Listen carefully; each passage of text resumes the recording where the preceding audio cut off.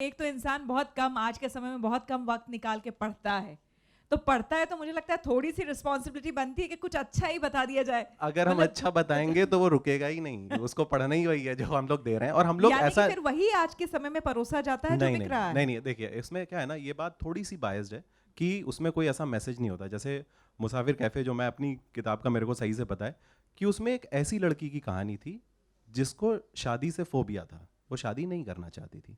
अब ऐसी बहुत सारी लड़कियां यहाँ पे, बहुत सारी लड़कियां, मैं हाथ उठवा के पूछ लेता हूँ कितने लोग शादी नहीं करना चाहते?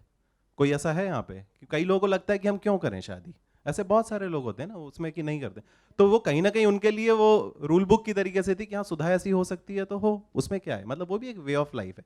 भले वो उसमें ऐसा नहीं है, जैसे ना अब जो मैसेज है सोसाइटी के ना, वो ब्लैक और वाइट नहीं हो सकते कि ये चोरी करना। अब देखिए कमाल की बात क्या है, आप गौतम बुद्ध की जो वो फिलॉसफी पढ़ेंगे तो उस समय वो भी कह रहे थे चोरी मत करो, ये मत करो।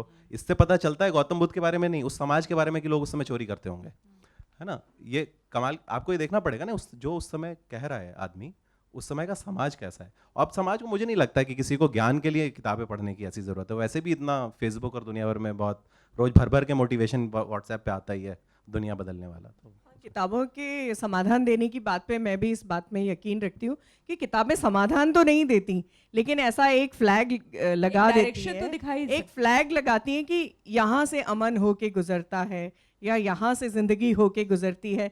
तो कई बार वो फ्लैग गिर जाता है, तो बस लेखक का काम है वो फ्लैग सीधा कर देता है कि जिंदगी इधर से होके गुजरती है या फिर अमन इस दिशा से होके गुजरता है।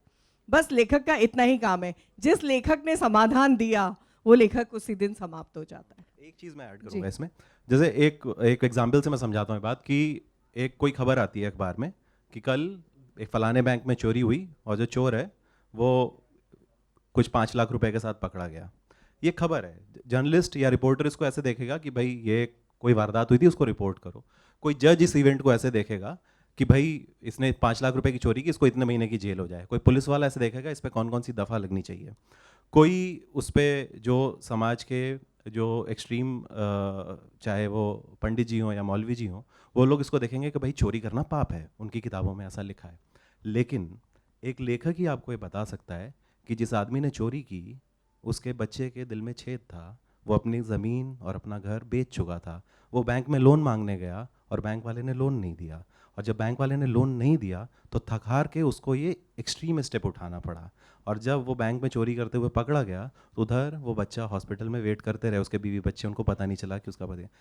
अब उस चोर को इस पर्सपेक्टिव से आप देखेंगे तो राइटर का काम क्या है कि उस चोर से आपकी दोस्ती करा दे, फिर आप उसको जज ना करें कि यार ये तो इसको 5 महीने की जेल हुई थी, इसने तो 5 लाख रुपए चुराए थे। हम लोग का काम केवल इतना है कि हम बता दें कि ये दुनिया है, बाकी जज आप करो। अगर किताब पढ़ के समझ आती है तो ठीक, नहीं तो बिना समझ के भी इस दुनिया में लोग जी रहे हैं और जीते रहेंगे। एग्जैक्टली ऐसे ही टॉल्स्टॉय ने कोशिश की थी कि आना कारेनिना को वो एक चरित्रहीन स्त्री बता के और उसकी जिंदगी का जो अंत है वो दर्शकों के सामने रखें, ताकि उस जमाने का जो विक्टोरियन समाज था वो आना कारेनिना से सबक ले सके।